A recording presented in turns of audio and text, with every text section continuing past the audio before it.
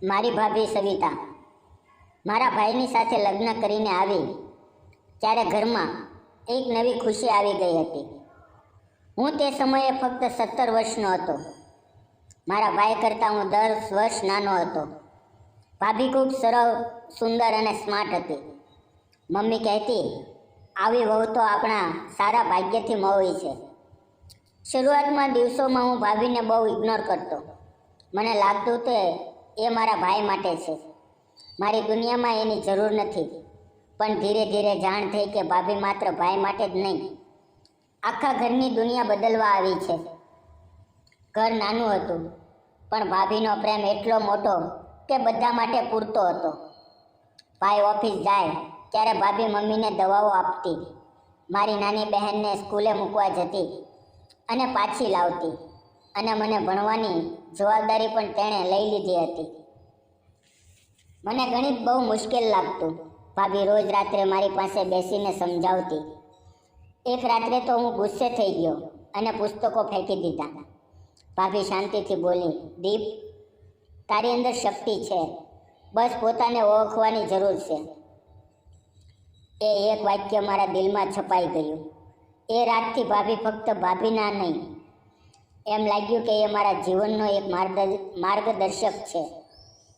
જ્યારે મેં સ્કૂલના એક ઇવેન્ટમાં આપેલા વક્તવ્ય પર સ્ટેજ પર લોકો તાળી વાગી ત્યારે જોઈ શક્યો કે ભાભીની આંખમાં પણ ગૌરવ છે. ભાઈ તો હંમેશા વ્યસ્ત રહેતા, પણ ભાભી દરેક પડકાર પાછળ મારી સાથે ઊભી રહેતી. પણ બધું હંમેશા સરળ નથી હોતું. ઘરમાં વાતાવરણ બદલાવા લાગ્યું. ભાઈની ઓફિસના કામમાં વધારે દબાણ આવ્યું. એ હવે ઘેર મોડું આવવા લાગ્યા. ભાભી પોતે પણ બધું સંભાળતી રહી, પણ હું જોઈ શકતો હતો કે એના ચહેરાની શાંતિ પાછળ એક તણાવ છુપાયેલો હતો. એક રાત્રે હું પાણી પીવા ઉઠ્યો ત્યારે જોયું કે ભાભી રડતી હતી. એ પપ્પાના ફોટા સામે બેસીને વાતો કરતી હતી. તમે હોત તો કહે. હું ચૂપચાપ ઊભો રહ્યો. એણે જોયું અને કહ્યું, દીપ, તું આવી ગયો? માફ કરજે. મારા મનમાં અસહ્ય લાગ્યું. આવું તો ન થવું જોઈએ. પછી મેં ભાઈ સાથે વાત કરવાનો વિચાર કર્યો, પણ ફરી વિચારી લીધું, કદાચ એ બંનેની વચ્ચેની વાત છે. બીજે દિવસે રવિવાર હતો. ભાઈ ઘેર હતા. ભાભીએ નાસ્તો બનાવ્યો અને હું પણ મદદ કરવા ગયો. ત્યાંથી બધું ફરી સુધરવા લાગ્યું હોય એવું લાગ્યું. પણ એક સોમવારની રાત હતી. હંમેશા ભાભી ઘરની દરેક લાઇટ બંધ કરી પછી સૂઈ જતી, પણ એ રાત્રે હું જોઉં છું તો એ ઘરમાં નથી. મેં આખું ઘર ચેક કર્યું, પછી સ્ટોર રૂમ તરફ ગયો. અંદરથી ધીમી વાતો અને કોઈ શ્વાસના અવાજો આવતા હતા. મારું દિલ ધબકવા લાગ્યું. દરવાજો ધીરે ધીરે ખોલ્યો અને અંદર જે જોયું એ જોઈને હું હચમચી ગયો. અંદર ભાભી ભાઈની વાટ જોઈને બેઠી હતી.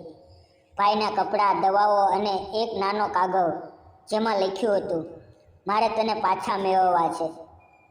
ભાઈ થોડા દિવસથી અલગ રૂમમાં સૂતા હતા. તેમની વચ્ચે વાતચીત થતી નહોતી. ભાભી ભાઈ માટે દર સોમવાર ભગવાનને માનતા રાખતી. એ ભાઈ માટે વ્રત રાખતી અને સ્ટોર રૂમમાં એકાંતમાં તેમના માટે પ્રાર્થના કરતી. મારા પગ નીચે જમીન ન રહી. મેં મારી જાત પર શરમ આવી. શંકાએ મારું મન ખાઈ લીધું હતું. ભાભી મને જોઈને થથરાઈ ગઈ.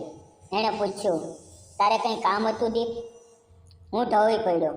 માફ કરજો ભાભી, મને ખોટું લાગ્યું. એ ઊભી થઈ અને કહે, તું સમજદાર છે દીપ. આજે નહીં તો કાલે સાચું જાણવા મળ્યું હોત.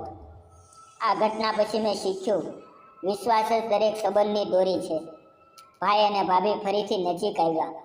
હું હવે એમનું ગૌરવ છું. આજે હું નોકરીમાં છું, પણ ભાભી માટે હંમેશા એ દીપ છું જે એકવાર અંધારામાં ભટકી ગયો હતો. મિત્રો, આવા લોકો ઓછા જ મળે છે જેમના દિલમાં નિસ્વાર્થ પ્રેમ હોય. જો તમને કહાની ગમી હોય તો લાઈક કરો, કોમેન્ટમાં જણાવો કે તમારું મન ક્યાં સ્પર્શ્યું, અને ચેનલ સબસ્ક્રાઈબ કરવાનું ન ભૂલતા. ધન્યવાદ મિત્રો.